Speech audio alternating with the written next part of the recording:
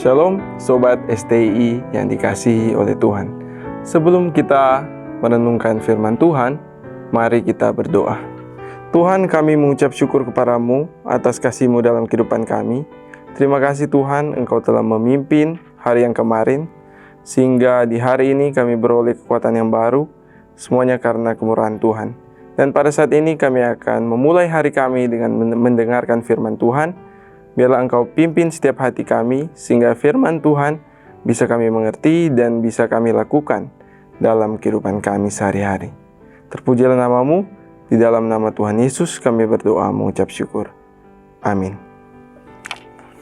Pembacaan firman Tuhan kita di pagi hari ini terdapat dalam 2 Samuel pasalnya yang ke-11, ayatnya yang pertama sampai ayatnya yang ketiga.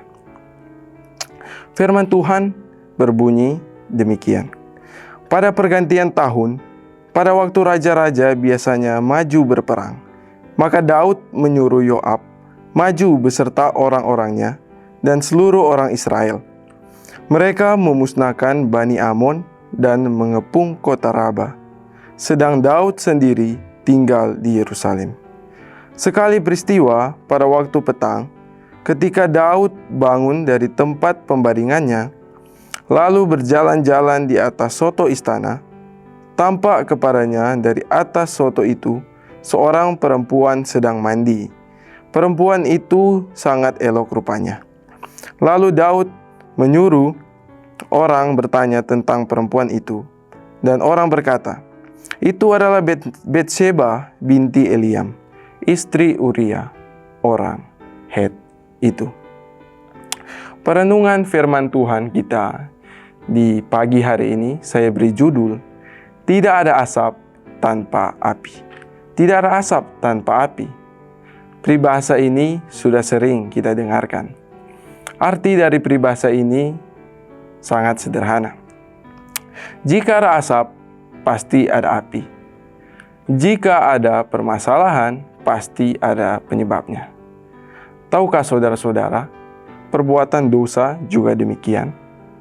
Dosa tidak serta-merta muncul begitu saja, tetapi ada gejala-gejala yang menandainya.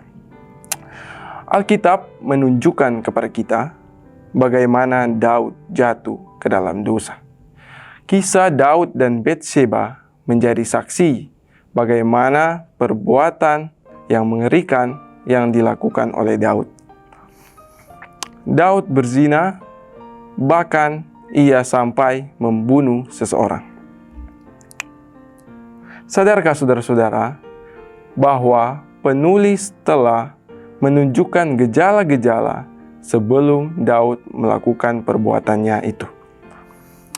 Maka hari ini kita akan belajar apa penyebab sampai Daud jatuh ke dalam dosa. Saya menemukan ada 3K yang menyebabkan Daud jatuh ke dalam dosa.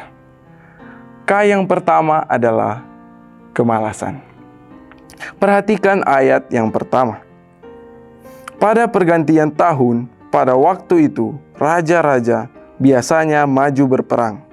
Maka Daud menyuruh Yoab maju beserta orang-orangnya dan seluruh orang Israel.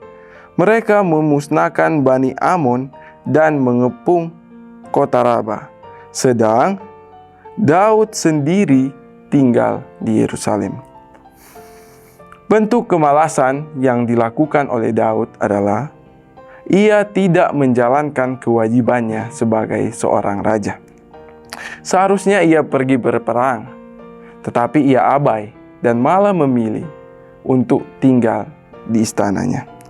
Kelihatan apa yang dilakukan oleh Daud adalah sesuatu yang normal. Tetapi Alkitab menunjukkan kepada kita bahwa perbuatan dosa tidak hanya terjadi pada waktu kita aktif, tetapi perbuatan dosa bisa saja terjadi pada waktu kita pasif. Kemalasan adalah apa yang seharusnya kita lakukan, kita tidak lakukan. Siapa di antara kita yang tidak pernah malas?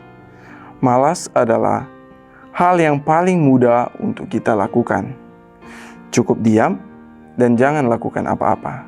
Tetapi ingat, kemalasan akan membawa kita kepada kejatuhan. K yang kedua adalah keinginan. Perhatikan ayatnya yang kedua.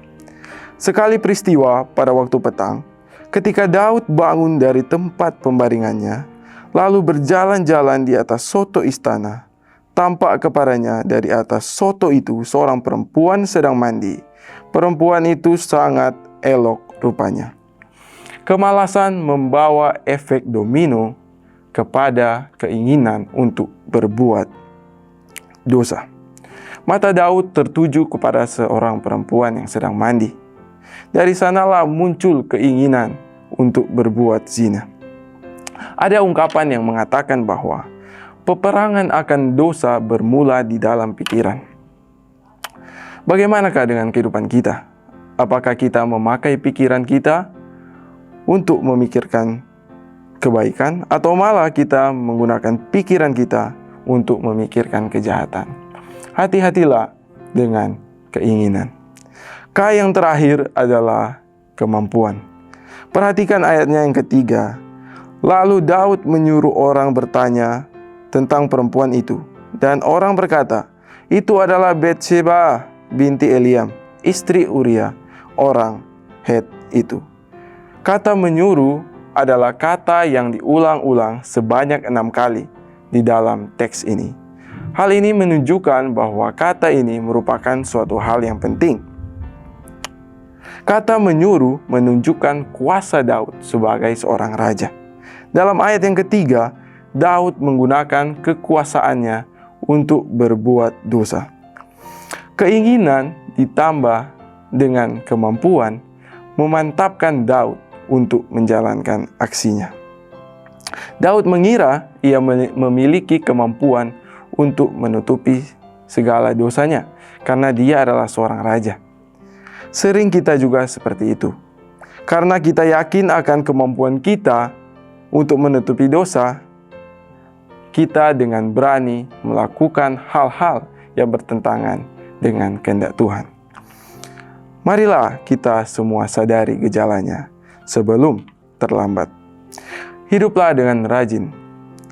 Berkeinginanlah sesuai dengan kehendak Tuhan. Dan gunakanlah kemampuan kita untuk memuliakan Tuhan. Tuhan memberkati kita semua. Amin. Firman Tuhan.